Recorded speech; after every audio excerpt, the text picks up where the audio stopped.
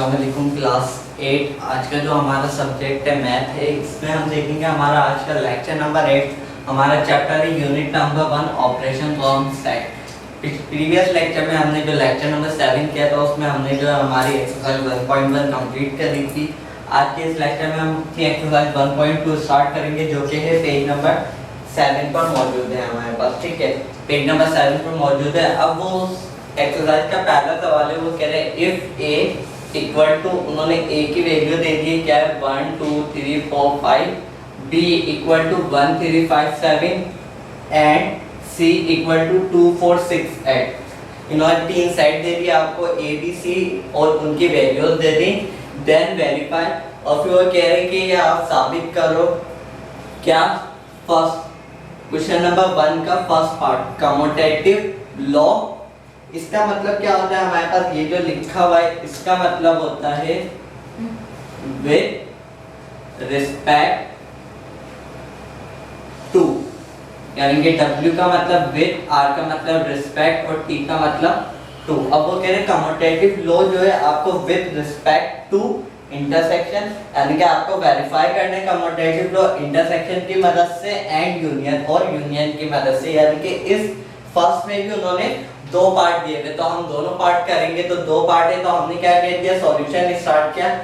First वाला हमने पहले कौन सा कर लिया, commutative law with respect to, पहले इंटरसेक्शन आ रहा था तो हमने कौन सा स्टार्ट किया, इंटरसेक्शन स्टार्ट किया। क्योंकि यूनियन भी है वो हम इसके बाद करेंगे तो इसलिए हमने हेडिंग यहाँ पे क्रॉस कर ली और इसको क्या दे दिया, ए पार्ट दे दिया। क्योंकि फर्स्ट के भी दो पार्ट हो जाएंगे, इंटरसेक्शन और यूनियन, तो इनको भी ए बी के रिस्पेक्ट से करेंगे। ए आ गया। अब ये प्रॉपर्टी जो है आपको पेज नंबर जो आपके पास बुक में पेज नंबर 4 है, यहाँ पर आपको ये प्रॉपर्टी बताई भी गई है commutative law with respect to union and intersection. यानी कि ये प्रॉपर्टीज होती हैं, ये आपको याद रखनी होती है। पेपर्स में जो है आपको नेमिंग के हवाले से ही दे देते हैं तो आपको ये याद होना चाहिए। इस नाम के हवाले से जो प्रॉपर्टी हमारे पास होती है वो होती है A intersection B equal to B intersection A। अब आप इसमें देखो इक्वल का निशान आ रहा है, यानी कि दो साइड हो गई। अब याली साइड मेरे कौन से हाथ पर है, सीधे हाथ पर है, यानी कि ये कौन सी हो गई, राइट हैंड साइड हो गई। अब ये वाली साइड मेरे उल्टे हाथ पर है तो ये मेरे पास कौन सी साइड कहलाएगी,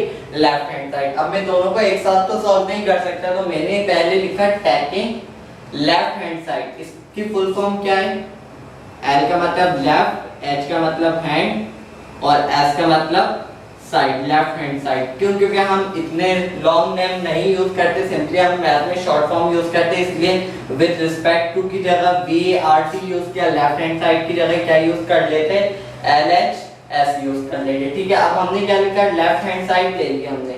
हमारे पास लेफ्ट हैंड साइड कौन सी है, ये वाली हमारे पास क्या है, A इंटरसेक्शन B।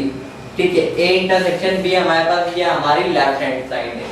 तो हमने क्या किया, सबसे पहले जो है इन्होंने हमें क्या दिया हुआ है, A दिया हुआ है तो हमने क्या लिखा A। अब A यहाँ पर था तो हम क्या कर देंगे, A की वैल्यू लिख देंगे। क्या दी हुई है हमारे पास, A की वैल्यू 1 2 3 4 5। ये हमारे पास किसकी वैल्यू आ गई, A की वैल्यू आ गई। इस वाले निशान को हम क्या कहते हैं, इंटरसेक्शन कहते हैं। तो ये हमारे पास क्या हो गया, इंटरसेक्शन का निशान आ गया। और फिर उसके बाद हमारे पास क्या आ रहा है, B आ रहा है हमारे पास। तो हमने क्या किया, B की वैल्यूज भी लिख दी 1 3 5 7।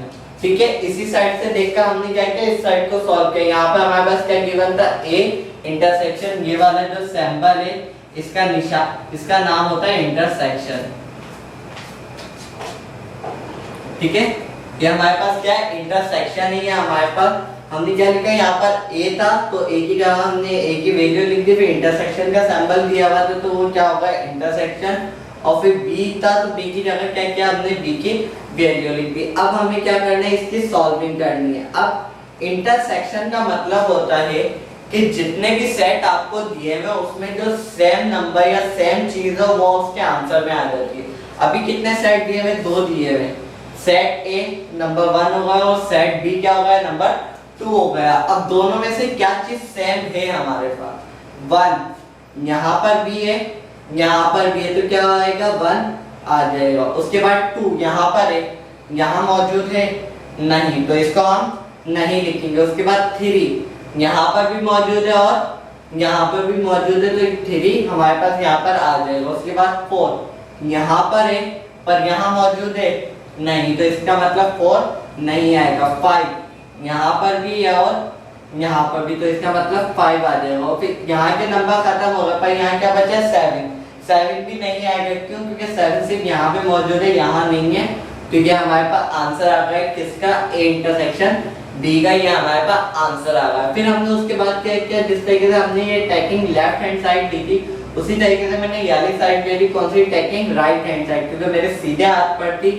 इस निशान की निस्बत इस निशान के इधर जो होगी वो राइट हैंड साइड होगी, और इधर जो होगी वो लेफ्ट हैंड साइड होगी। ठीक है, अब हमारे पास क्या है, हमने राइट हैंड साइड ली, तो वो हमारे पास क्या आ रही है? बी इंटरसेक्शन ए।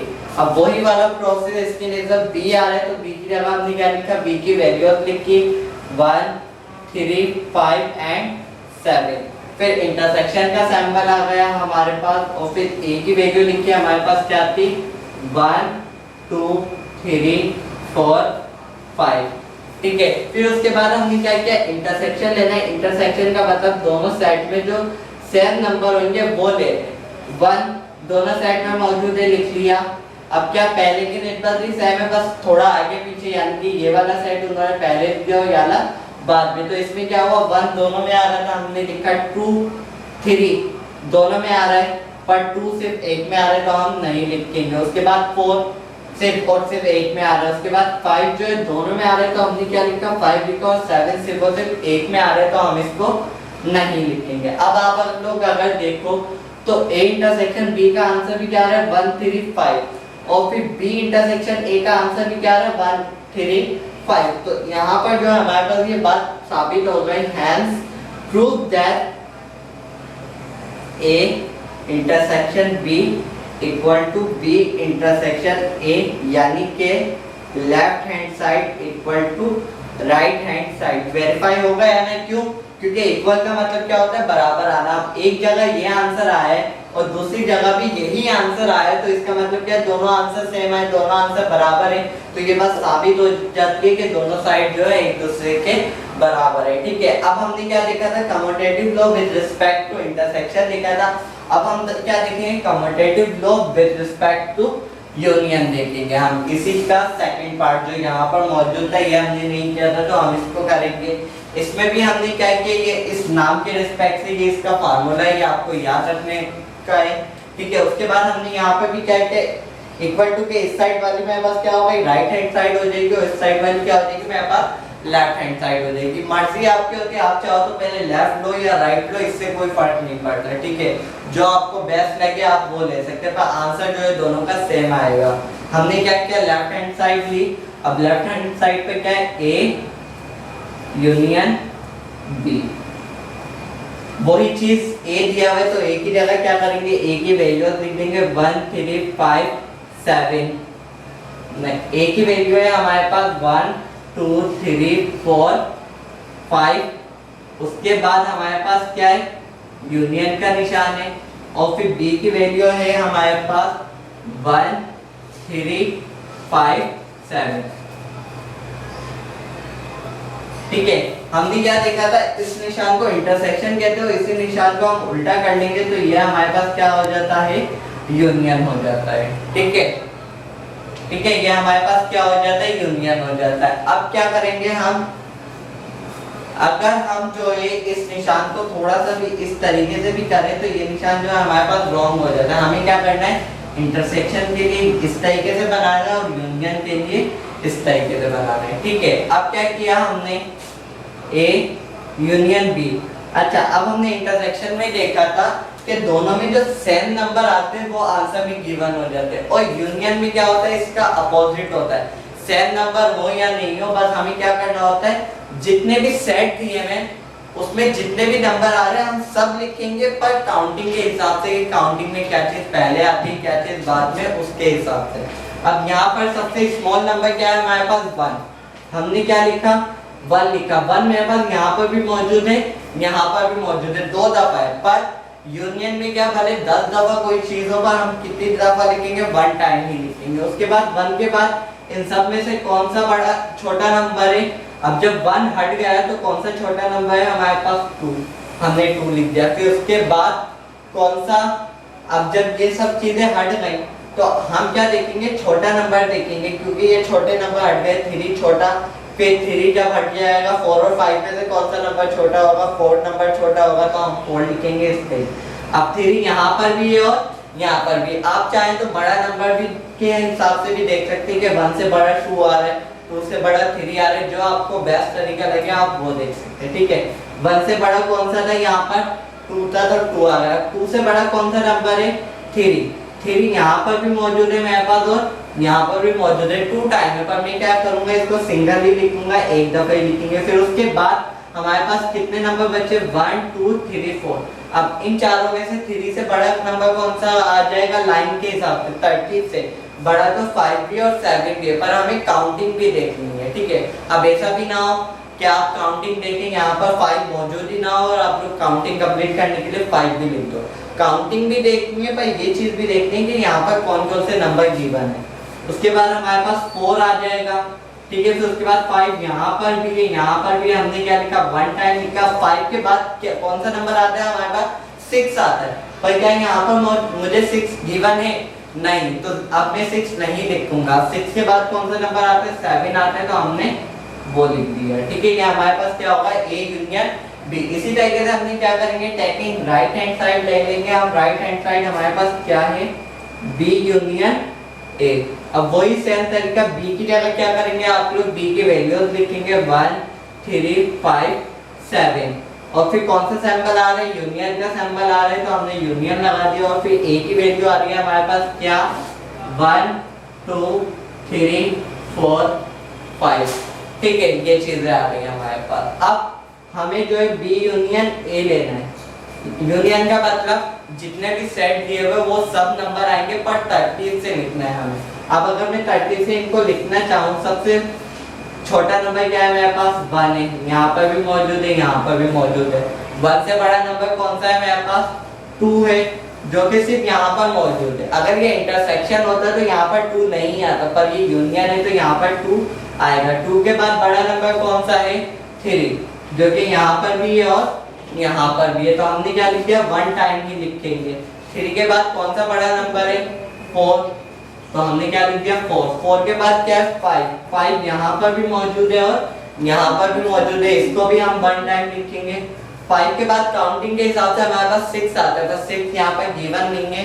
6 के बाद कौन सा आ रहा है, 7, तो हमने यहाँ पर 7 लिख दिया। वही चीज हमने ए यूनियन बी लिया, तो हमारे पास आंसर आ रहा है 1 2 3 4 5 7। और हमने जब इसका चेंज लिया, बी यूनियन नहीं लिया, जब भी हमारे पास आंसर क्या आ रहा है, 1 2 3 4 5 7, तो दोनों आंसर बराबर है। तो ये बात साबित हो गई, hence prove that A union B equal to B union A, यानी कि left hand side equal to right hand side, ठीक है। ये हमारा जो है क्वेश्चन नंबर 1 किया हमने। क्वेश्चन नंबर 1 में हमें 2 पार्ट दिए हुए थे, इंटरसेक्शन एंड यूनियन। अब इसके बाद हम क्वेश्चन नंबर 2 करेंगे, उसमें भी हमारे पास इसी तरीके से 2 पार्ट गिवन है। अब हम देखते हैं हमारे पास इसी क्वेश्चन में जो हमने पहला सवाल किया था उसका फर्स्ट पार्ट कर लिया था हमने, commutative law with respect to intersection and union. अब हम सेकंड देखेंगे, ये हमारे पास क्या है, associative law with respect to union and intersection. यहाँ भी हमारे पास पहले वाले क्वेश्चन की तरह 2 चीजें मौजूद है, फर्स्ट यूनियन और सेकंड इंटरसेक्शन। तो हमने क्या किया, ए लिख दिया associative law with respect to union, यानी कि यूनियन के रिस्पेक्ट से हम ये वाला लॉ करेंगे, ठीक है। फिर इंटरसेक्शन का भी हमें देखना है, तो सबसे पहले हमारे पास फिर वो एक चीज इक्वल टू के इस साइड वाली हमारे पास क्या हो गई, राइट हैंड साइड, और इस साइड वाली क्या हो गई, लेफ्ट हैंड साइड। अब हमने क्या किया, taking right hand side, taking left hand side, हमने लेफ्ट हैंड साइड ले ली, A union B union C, ठीक है। अब प्रीवियस सवाल में क्या था, सिंपल था, हमें ए इंटरसेक्शन बी मालूम करना था, एक ही स्टेप था, तो हमने डायरेक्ट उसकी सॉल्विंग कर ली थी। पर यहाँ पर हमारे पास एक स्टेप नहीं है बल्कि 2 स्टेप है। कौन सा, अगर आप बोर्ड मास का रूल देख रहे तो सबसे पहले हम क्या सॉल्व करते हैं, ब्रैकेट सॉल्व करते हैं। तो अगर हम ब्रैकेट सॉल्व करेंगे तो पहले हमें क्या चीज सॉल्व करनी होगी, बी यूनियन सी मालूम करना होगा। फिर जब बी यूनियन सी मालूम हो जाएगा तो हम उसका ए के साथ इंटरसेक्शन लेंगे, यानी कि ये हमारे पास टोटल कितने स्टेप है, 2 स्टेप है। अब 2 स्टेप है तो इसके लिए हमें थोड़ी सी चेंजेस करनी पड़ती है। अब हम इसमें लिखेंगे 4 बी यूनियन सी, यानी कि अभी हम सॉल्विंग कर रहे हैं किसके लिए, सिर्फ और सिर्फ बी यूनियन सी के लिए। अगर ये सिंपल सा एक स्टेप होता, बी यूनियन सी होता, तो मैं ये 4 वगैरह नहीं लिखता, हम क्या करते डायरेक्ट इसकी सॉल्विंग कर लेते। पर जब भी अगर एक से ज्यादा स्टेप होंगे, 2 या 3 स्टेप होंगे, तो आप इसको यूज करेंगे तो ज्यादा बेहतर रहेगा। ठीक है, अब हमने क्या किया, बी यूनियन सी के लिए सॉल्विंग कर रहे हैं हम लोग, बी यूनियन सी। अब हमने क्या लिखा, बी की जगह क्या लिखेंगे, बी की वैल्यू हमारे पास क्या है 1 3 5 7।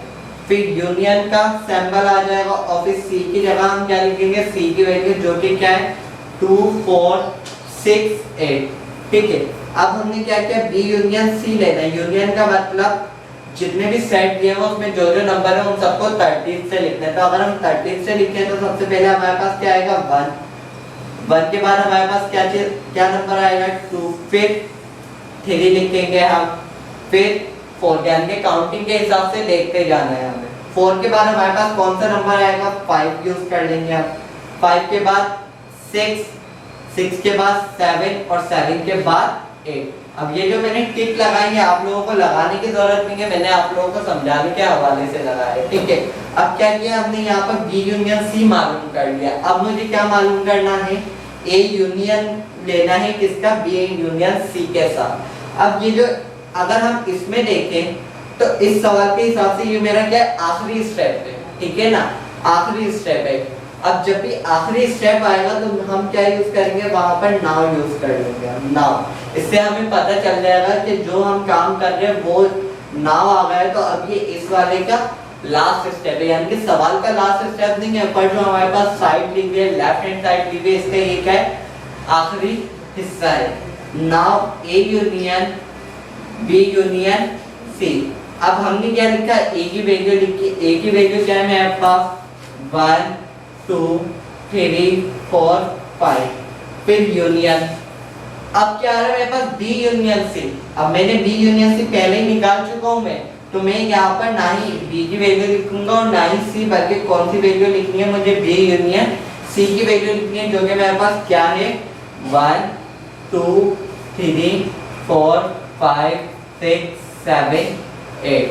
ठीक है, अब क्या करना है, मुझे इसका आंसर लेना है, A union B union C का जो है आंसर देखना है मुझे। तो यूनियन का मतलब क्या होता है, जितने भी सेट में जो जो नंबर दिए हुए उन सबको 13 से लिखना है। अब अगर हम देखें तो 1 2 3 4 5, 1 2 3 4 5 ये पांचों नंबर तो दोनों में आ रहे हैं। अगर नहीं भी आते हम इनको लिखते, पर क्या डबल आ रहे हैं, हम इनको क्या करेंगे, सिंगल करके लिखेंगे। फिर उसके बाद हमारे पास कौन सा नंबर आया है, 6 7 एंड 8। ठीक है, तो हमने ये लिख दिया। अब हमने क्या कर लिया, हमारी लेफ्ट हैंड साइड सॉल्व कर ली।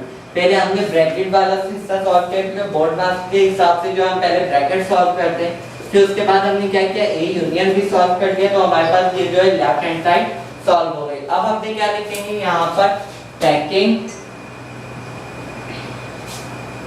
Right hand side.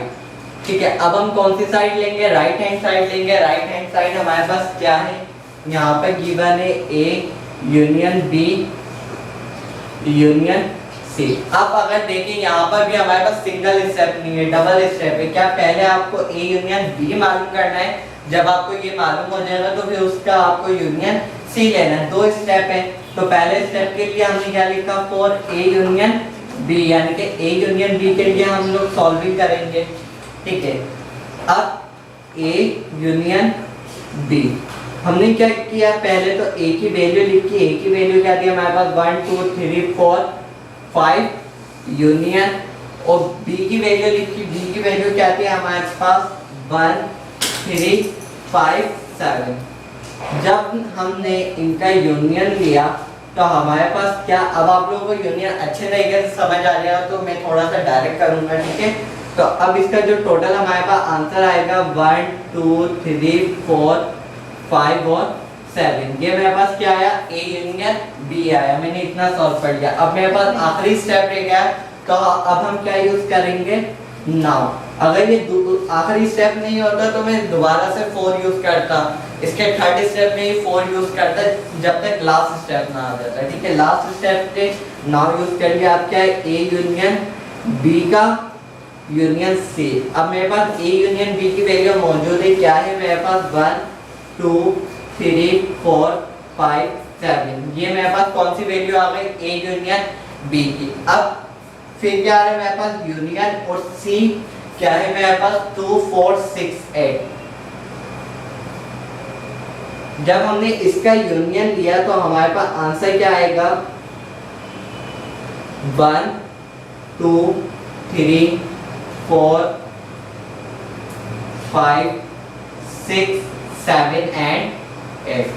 ठीक है, अब हम लोग देखें अगर यहाँ पर भी हमारे पास क्या आ रहा है 1 2 3 4 5 6 7 8 और यहाँ पर भी क्या आ रहा है 1 2 3 4 5 6 7 8, तो हमने लिख दिया हैंस प्रूव दैट, यानी कि ये साबित हो चुका है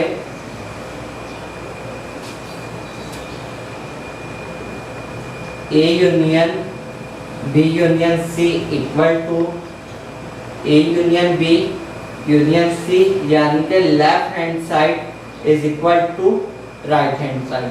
अच्छा, अगर दोनों के आंसर बराबर नहीं आते तो इज नॉट इक्वल का निशान लगाते, जो कि क्या होता है इज नॉट इक्वल, यानी कि यहाँ पे क्या आ जाता A union B union C is not equal to A union B union C. पर अभी ये बराबर है तो हमने कौन सा निशान लगाया, इक्वल का सिंबल यूज करेंगे हम। ठीक है, अब इसके बाद जो है सेकंड क्या था हमारे पास, हमें करनी थी बी में एसोसिएटिव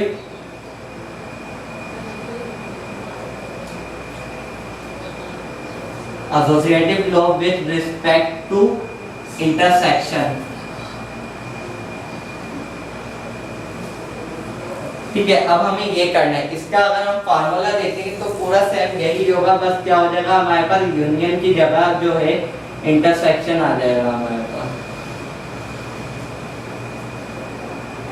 ठीक है, हमारे पास ये आ जाएगा और ये चीज जो है आपको बुक के पेज नंबर 4 पर गिवन भी है इंटरसेक्शन वाली। ठीक है, अब आप लोगों को करना क्या है, जिस तरीके से हमने ये यूनियन वाला सॉल्व किया है बिल्कुल इसी तरीके से जो है आपको ये इंटरसेक्शन वाला सॉल्व करने है, आपका होमवर्क है। आज के लेक्चर में हमने क्वेश्चन नंबर 1 के 2 पार्ट करे, यानी कि फर्स्ट एंड सेकंड एक्सरसाइज 1.2 का। ठीक है, अगले लेक्चर में जो है आगे के रिलेटेड क्वेश्चंस देखेंगे। आज के लिए इतना ही, अल्लाह हाफ़िज़।